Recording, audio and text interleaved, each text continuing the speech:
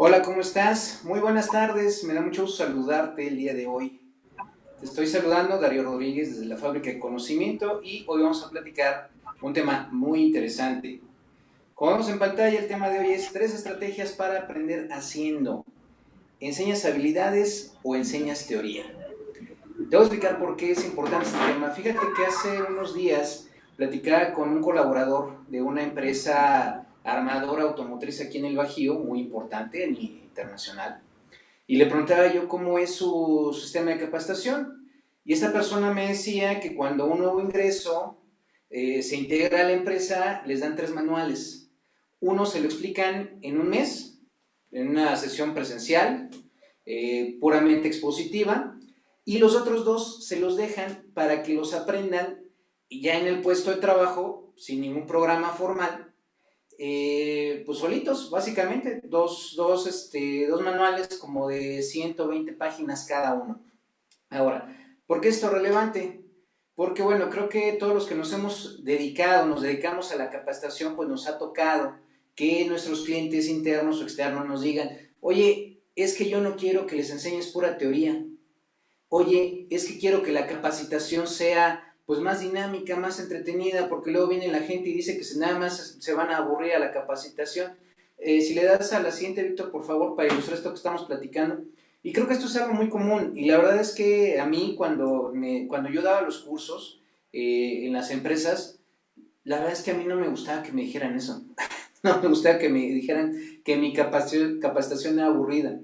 Conforme fui adquiriendo más conocimiento y más experiencia, pues vi que sí, que en muchas ocasiones esos comentarios de parte de los clientes internos, pues no están faltos de razón. Eso de que vas a una capacitación y vas a 6, 8 horas a estar escuchando explicaciones, a que te enseñen un proceso solamente con diapositivas o solamente leyendo, y pues realmente esto tiene un resultado muy bajo. Creo que a todos nos ha sucedido y bueno, por eso es la razón de este tema el día de hoy. ¿Estás enseñando teoría o estás enseñando realmente habilidades? Eh, Siguiente, por favor, Víctor, si tan amable. Recordemos que para un curso o para que realmente una persona se vuelva competente, tiene que desarrollar tres aspectos de la competencia, que es el conocimiento, la habilidad y la actitud. Si estamos haciendo solamente sesiones presenciales, pues estamos atacando en el mejor de los casos la parte conceptual, o sea, el conocimiento. Pero ¿qué sucede cuando un participante se va a la operación y lo que tú le explicaste de manera conceptual trata de hacerlo ya de manera práctica? O sea, para demostrar esto te voy a proponer un reto, que este reto me lo pusieron a mí cuando me habilité como instructor por primera vez. Trata de explicarle a una persona cómo ponerse un saco. Quítate el saco, asume que la persona y que esa persona también asuma que no sabe lo que es un saco, que nunca lo ha visto, y explícale cómo ponérselo. Vas a ver que no es tan fácil explicarlo. ¿Por qué? Porque las personas damos por hecho muchas cosas que si una persona es nueva, un nuevo ingreso, una persona que está apenas entendiendo cómo se hace algo, va a desconocer. Entonces, atendiendo a la teoría del aprendizaje significativo, toma en cuenta que una persona no puede entender nada si no tiene una referencia anterior de lo que tú le estás tratando de enseñar. Por lo tanto, si un nuevo ingreso le tratas de enseñar, o una persona que ya está en el puesto, pero le tratas de enseñar una nueva herramienta, un nuevo proceso, no tiene referencias de eso que le quieres enseñar, pues no te va a entender. Por lo tanto, la mera explicación no va a ser suficiente. Ahora, vamos a platicar, ya que les comenté sobre esto, cuál es el contexto y cuál es la necesidad. Vamos a platicar sobre tres estrategias para que la persona aprenda haciendo. Esto te va a dar el beneficio de que además de que va a ser mucho más dinámica tu capacitación, también vas a poder observar los resultados de la capacitación de manera inmediata y también vas a poder retroalimentar a la persona de manera inmediata. Por lo tanto, cuando lo entregues, ya saldrá haciendo lo que se supone que tiene que hacer, que para eso lo están capacitando. Víctor, si fueras tan amable la siguiente diapositiva. La primera de estas estrategias es el on-the-job training. No sé si ya lo hayas oído mencionar, pero bueno, en inglés significa entrenamiento en el puesto de trabajo. ¿En qué consiste en el on-the-job training? Bueno, básicamente, si le damos a la siguiente, Víctor, por favor. El on-the-job training es una técnica, es una estrategia de capacitación en la cual el participante pues, se va a entrenar en su puesto de trabajo, como dice el título. Y esto va a permitir que se familiarice con la experiencia de vivir sus labores diarias. ¿A qué me refiero? Si tú, por ejemplo, quieres entrenar a un capturista de datos en un aula, a lo mejor le pones la computadora, le pones los sistemas, le pones los documentos y él va a capturar. Pero eso no significa que entienda cómo va a ser el trabajar con otras personas, cómo va a ser trabajar bajo tiempos, cómo va a ser trabajar en las condiciones reales de trabajo. Si hace calor, si la computadora se atora, si el sistema no es el más actual, si los documentos no están claros, etc. ¿Por qué? Porque obviamente en un aula no podemos reproducir absolutamente todas las condiciones o todas las variables que se producen en el puesto de trabajo. Ahora, ahora sí, ¿cómo consiste, cómo se hace el on-the-job? Bueno, el on-the-job training, primero, tienes que tener bien claro qué es lo que la persona tiene que aprender. Y sobre todo lo tienes que traducir a procesos para que la persona pues no se pierda entre que entiendo esto que me explicó este compañero y entiendo esto que me explicó este otro. Tiene que saber claramente qué procesos va a aprender. En segundo lugar, tiene que tener un mentor ya experto que le va a estar explicando cómo hacer el trabajo. De ahí la ilustración. Si fuiste tan amable, Víctor, vamos a darle a la siguiente diapositiva. Este mentor lo va a tomar bajo su cuidado y le va a estar explicando cómo hacer las cosas, de manera que el know-how, que la experiencia, y ojo, esto es muy importante, una de las ventajas del on-the-job training es que ese mentor le va a poder transmitir los atajos que él ya aprendió a su participante. Y eso va a ahorrar un montón de tiempo en la capacitación y sobre todo le va a dar una habilidad al participante que no se puede conseguir o muy difícilmente se puede conseguir en un aula. En segundo lugar, pues le va a dar esto de la experiencia real, cómo es realmente estar en el puesto de trabajo.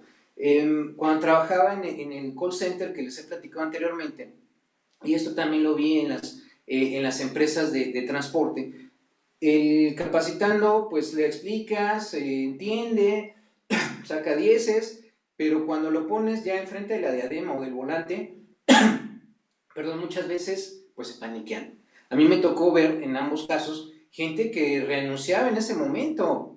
¿Por qué? Porque nunca experimentó lo que se siente ya estar con el cliente o estar manejando. De ahí la importancia de esta técnica de donde yo. ¿Qué más necesitas hacer? Bueno, documentar los procesos y competencias, se los decía hace rato. Tienen que quedar bien claro qué es lo que tiene que aprender. ¿Por qué? Los mentores muchas veces tienden a querer explicar absolutamente todo. Y eso va a tener el efecto de que el participante se va a confundir y no va a poder entender y no va a salir haciendo ni lo difícil ni lo fácil. Y por último, tienes que establecer mecanismos de retroalimentación. ¿Cómo lo hicimos? A ver, a mí me tocó diseñar un sistema de on-the-job training. ¿Qué hicimos? Hicimos un periodo en aula donde aprendían la parte, digamos, conceptual y se empezaba a desarrollar la habilidad técnica, la habilidad importante del puesto de trabajo. En este caso iba para un grupo de ventas. Ya que habían desarrollado la habilidad de ventas a través de ejercicios prácticos, los llevábamos a su puesto de trabajo y les asignábamos un mentor. Este mentor pues hacía el proceso que les estaba mencionando y durante la primera semana, tanto calidad como el instructor estaban pendientes de los capacitandos. De manera que cuando detectaban que alguno no estaba siguiendo un proceso, no estaba aplicando lo que se le había enseñado en el aula, se le retroalimentaba de inmediato. Y en la segunda semana, que era la última de la capacitación, Entonces se aplicaba un proceso complementario llamado Run and Write, que en lugar de enfocarse a que la persona desarrollara habilidades de aplicación, o sea, que se enfocaran en los procesos, ya aquí se enfocaban en más bien lograr las metas de ventas, que este es el modelo que les había comentado. Y bueno, la siguiente técnica es el modelo 70-20-10.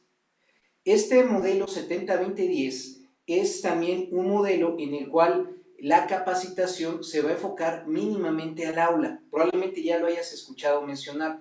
En lo personal también me tocó, sí, Víctor, por favor, si fueras tan amable, dale a la siguiente. A mí me tocó diseñar un curso de estos, un curso basado en esto, una capacitación, debido a que teníamos la situación de que para quienes estaban dirigidos realmente no tenían instructores. Entonces, ¿cómo capacitarlos? Bueno, pues encontramos esta herramienta, el modelo 70-20-10, que está pensado para que el 70% del nombre, 70% de la capacitación sea haciendo el trabajo, 20 aprendiendo de los demás, de alguien más, y 10 en lo que se llama capacitación formal o de aula. Ojo, mucha gente interpreta que la capacitación de estos dos modelos, el donde yo y el 70-20-10, tiene que ser informal, o sea, que no esté controlado, que se deje ser naturalmente. Ojo, si eso sucede, les mencionaba, muchas ocasiones lo que pasa es que se le trata de enseñar al participante cosas que realmente no va a ver y no vale la pena que vean.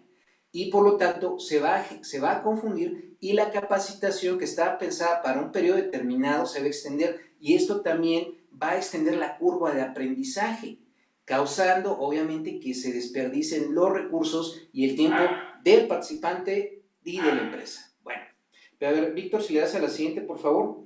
¿Qué es el modelo 70-20-10? Como les decía, 70% es aprendizaje en el trabajo directo, de manera similar a donde yo. 20% bajo una mentoría, o sea, una persona que te está acompañando, y 10% en el aula.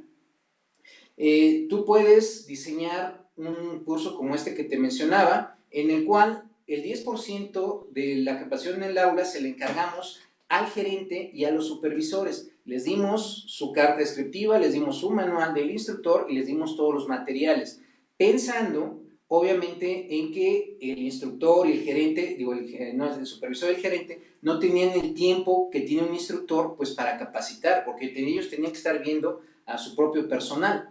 Entonces, resultó pues un cuadernillo, un manual del instructor pequeño, muy puntual, muy claro, con actividades y contenidos muy definidos. Después también designamos de manera similar que Alonso y yo a otro ejecutivo, a otra persona ya en el puesto de trabajo, que le explicara algunas cosas, que estuviera con él de sombra y le permitiera trabajar con el cliente, que también esto fue para un área de ventas, para trabajar con el cliente bajo su supervisión. Y ya después de cumplidos y que el mentor nos decía, mira, ya conoce esta lista o ya certifiqué que hace bien esta lista de procedimientos básicos, entonces lo poníamos en el puesto de trabajo, en el cual seguíamos también observándolo desde formación y desde calidad. Entonces, con esto, en que fueron 2 o 3 semanas, se completaba el proceso de capacitación y también ya salían haciendo su chamba. Ahora, como estamos viendo en la diapositiva, al igual que en el donde yo, todo tiene que estar bien claro para evitar que la persona se confunda y se nos desvíe y vaya a hacer cosas que no debe hacer y que se aumente el tiempo de capacitación y la curva.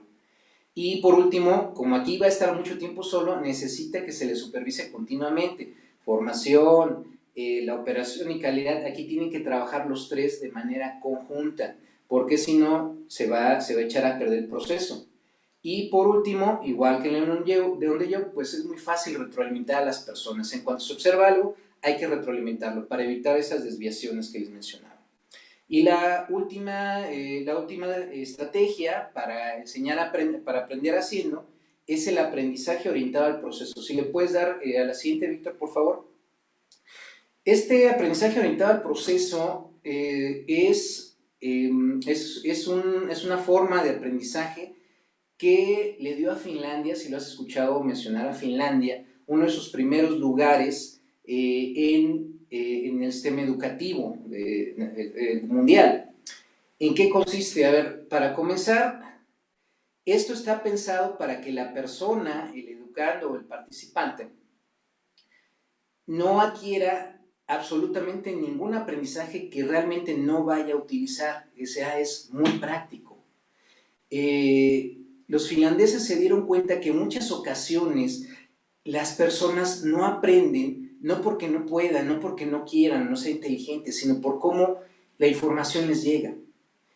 Por ejemplo, seguramente has visto muchos cursos en los cuales te van a enseñar, a lo mejor, si vas de nuevo ingreso, te van a enseñar sistemas o te van a enseñar cómo utilizar la herramienta. Luego la segunda va a ser la cultura de la empresa. Luego la tercera va a ser servicio al cliente. O sea, todo lo vas a ver en temas separados. Bueno, pues algo que tiene el aprendizaje orientado al proceso es que va a eliminar eso, las asignaturas o los temas. Y todo lo va a ver en función de lo que se requiere necesaria y únicamente para cumplir un proceso determinado. Si le das a la siguiente, Víctor, por favor. Un ejemplo de esto que está en la literatura sobre este tipo de aprendizaje es cómo a un alumno que a lo mejor durante su época de vacaciones va a trabajar en una cafetería, cómo le puedes enseñar, aprovechando esa experiencia, inglés, historia, matemáticas y otras materias necesarias.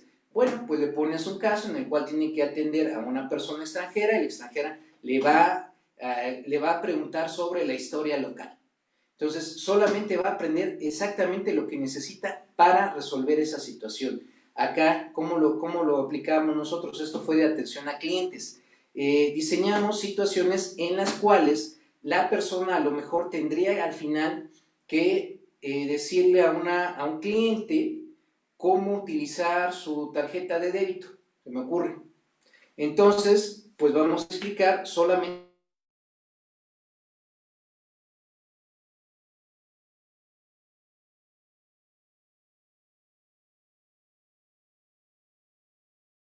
explicarle a la persona el uso de su tarjeta de débito. Entonces explicamos la tarjeta de débito, explicamos el proceso específico de la atención y nada más. O sea, no nos metimos a la tarjeta de débito es esto y sus orígenes históricos son estos y los bancos lo utilizan desde entonces, se utiliza esto y el plástico se fabrica de tal cosa. O sea, esa es información que realmente no se utiliza.